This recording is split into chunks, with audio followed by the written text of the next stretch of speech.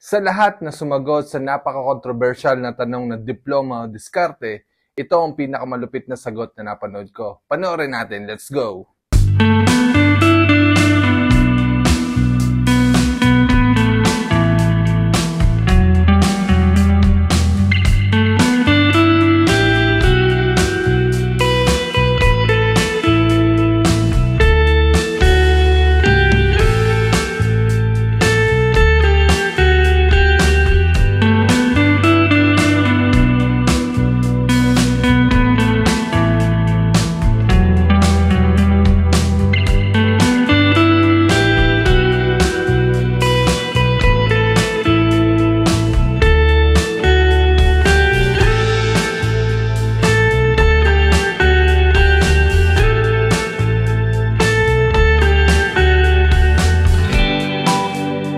Yun, the best ang sagot. Ano masasabi niyo dun, guys?